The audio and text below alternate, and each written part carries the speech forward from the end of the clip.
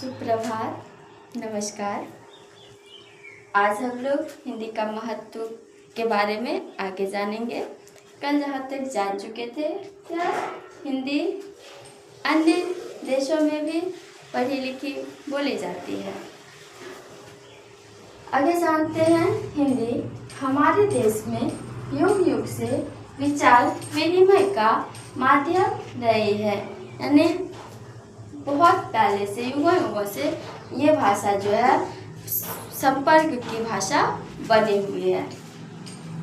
अपने विचारों का आदान प्रदान करने के लिए सिर्फ उत्तर भारत ही नहीं बल्कि दक्षिण भारत के प्राचीन आचार्य सिर्फ उत्तर भारत तक ही सीमित नहीं बल्कि दक्षिण भारत के प्राचीन आचार्यों ने भी जैसे वल्लभाचार्य, विट्ठल, रामानुज, रामानंद आदि ने अपने सिद्धांतों और मतों का प्रचार इन्हीं भाषा के द्वारा किया है।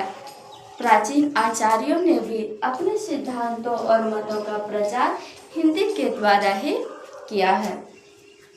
साथ ही अहिंदी भाषी राज्य के संत कवियों, जो अहिंदी भाषी राज्य हैं वहाँ के संत कवि जैसे असम के देवशंकर, महाराष्ट्र के नामदेव और ज्ञानेश्वर, गुजरात के नरसिंह मेहता, बंगाल के चैतन्य आदि ने इन्हीं भाषा के द्वारा अपने धर्म और साहित्य का प्रचार प्रसार किया है। क्या बोल रहे हैं? इन्हीं भाषा हिंदी के द्वारा ही अपने धर्म और साहित्य का प्रचार प्रसार किया है अहिंदी भाषी राज्य के संत कवि।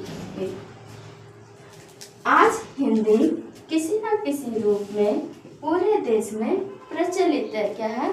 आज हिंदी किसी न किसी देश में पूरे ही देश में प्रचलित है, जो हम लोगों को देखने को मिलता भी है। हिंदी एक जीवित और सशक्त भाषा है। हिंदी जो है जीवित और सशक्त भाषा है। हम सरल भाषा भी कहेंगे इसको। एक सरल भाषा है जिसको कि हम लोग व्यवहार के रूप में बराबर इसका प्रयोग करते हैं। इसने देशी और विदेशी शब्दों को कई सारे देशी और विदेशी शब्दों को जो है अपने अंदर समाहित किया है। अन्य भाषाओं की ध्वनियों, शब्दों, मुहावरों और कहावतों को अपने अंदर बचाया है। क्या है? साथ में अन्य भाषाओं, देशी शब्दों, विदेशी शब्दों को भी अपने अंदर समाहित किया है।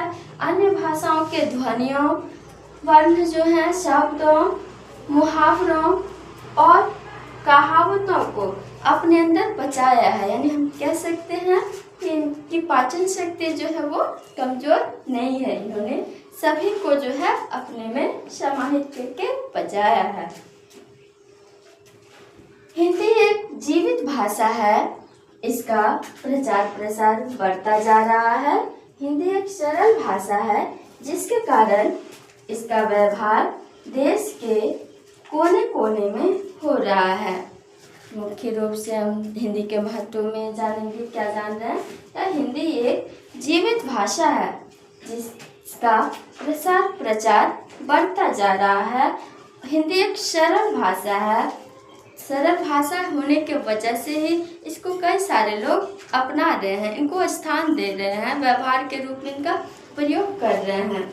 हिंदी एक सरल भाषा है जिसके कारण इसका व्यवहार देश के हर कोने कोने में हो रहा है।